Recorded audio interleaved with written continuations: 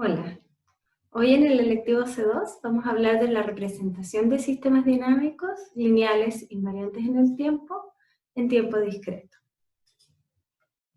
En primer lugar, un sistema dinámico se caracteriza por tener la señal desplazada en el tiempo, en atraso o en adelanto.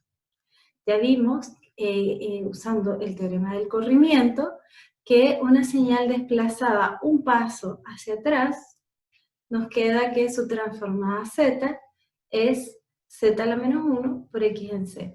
Acá hice el desarrollo para que usted pueda ver y comprobar que así es.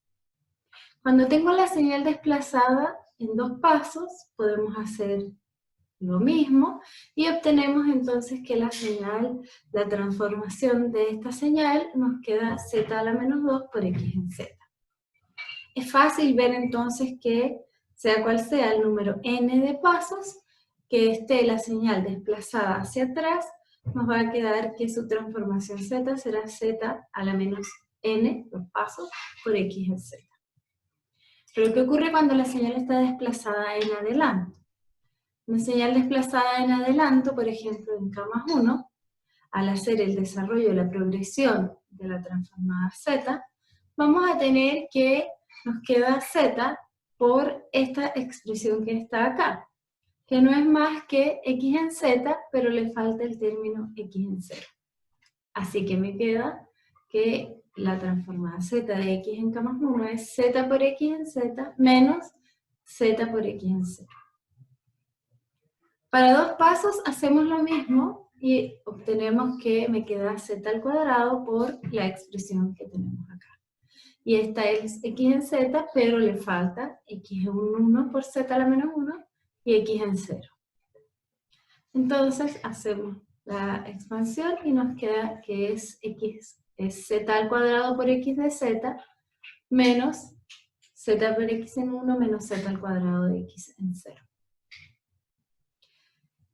Para un k más 3 más 4 más n hay que hacer el desarrollo y en general me queda de la forma polinómica que vemos acá. Bien, una de las formas más directas de obtener controladores digitales para una planta continua es discretizar la planta o digitalizarla. Se hace a través de elementos que se llaman sampling and hold o retenedores. Los retenedores pueden ser de orden 0, de orden 1, de orden 2, tanto como queramos. Por lejos, el más utilizado es el Zero Order Holder. Este tiene una función de transferencia que denotamos como Hz de S, 1 menos E a la menos TS dividido por S, en donde T es el periodo de muestreo. De esta forma, nosotros obtenemos una señal que se va a retener o se va a mantener mediante un polinomio de orden 0, es decir, una constante. Es la típica señal con estas formas cuadraditas. En el caso del retenedor de orden 1 o First Order Holder, tenemos que su expresión viene dada por HF de S, es igual a la misma del retenedor de orden 0 por el polinomio de orden 1 de S más 1 dividido por T.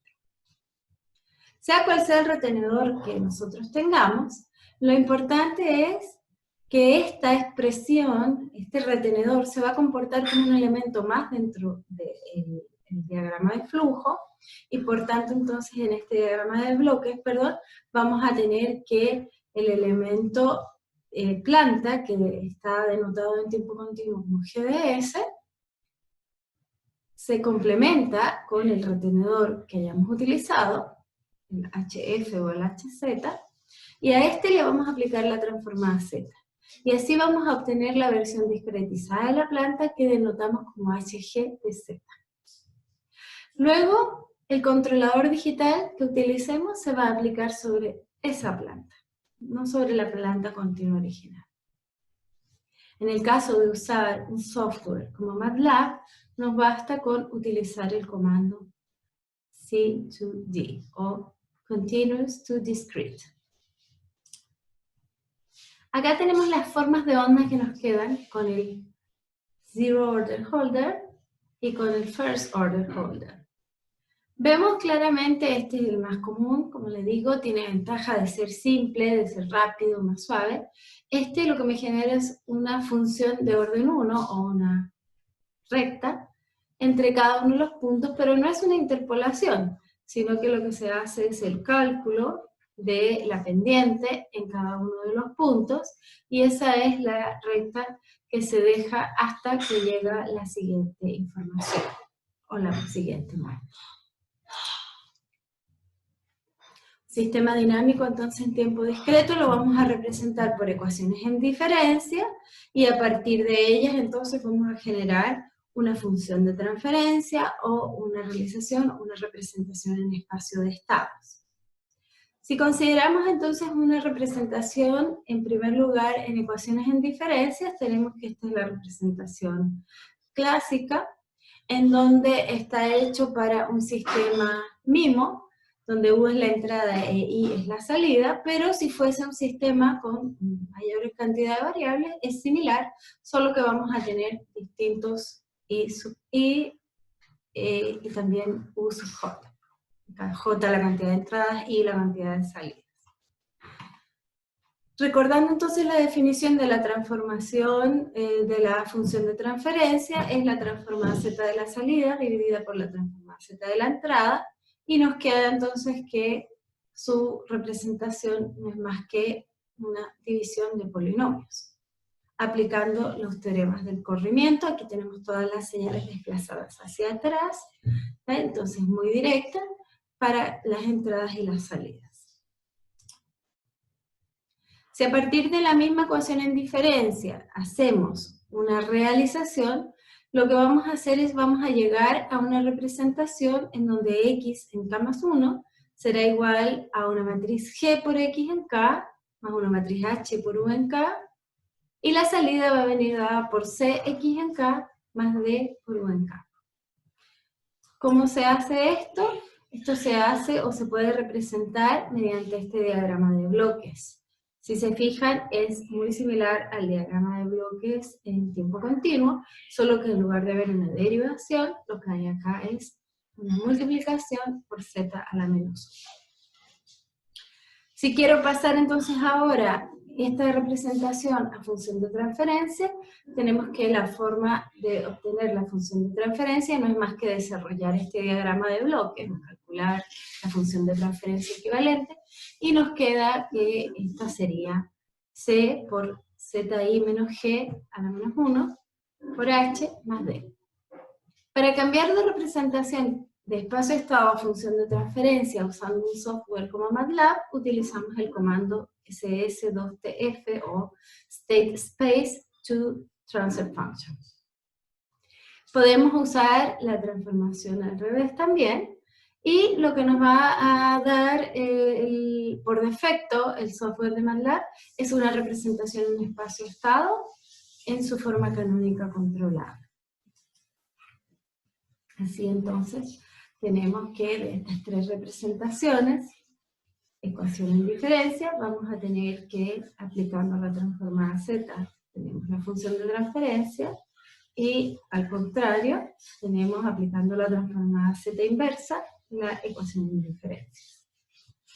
Desde la función de transferencia, nosotros podemos tener representación en espacio-estado, usando comandos, o pasando por la expresión de ecuación en diferencia, y de espacio-estado hacia función de transferencia directamente con la expresión indicada.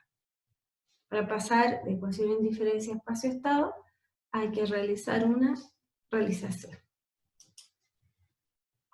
Acá tenemos un ejemplo, un ejercicio, en donde tenemos un sistema de orden 2, con una entrada, una salida, y al hacer una realización, vemos que simplemente asignando a las variables de estado sus valores, el más atrasado de la salida, vamos a tener que x1 será y en k menos 1, x2 es x1 en k más 1, o sea es y en k menos 1, y despejando entonces tenemos que x2 en k más 1 es y en k, y es simplemente despejar de acá.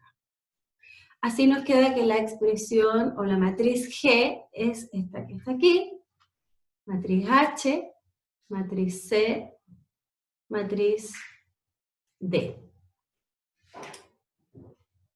Si queremos obtener la función de transferencia, aplicamos la transformada Z a la ecuación en diferencias, y eso nos lleva entonces a que la expresión me queda I en Z más 2Z a la menos 1 por I en Z, más Z a la menos 2 por I en Z, igual a U en Z.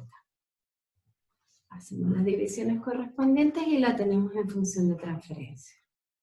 A modo de comprobación, yo también me podía haber saltado este paso y pasar directo de la representación en espacio-estado a función de transferencia. Como vemos, son idénticas. Bien, con eso terminamos por hoy. En la próxima sesión tendremos un análisis sobre los sistemas en espacio-estado. Gracias.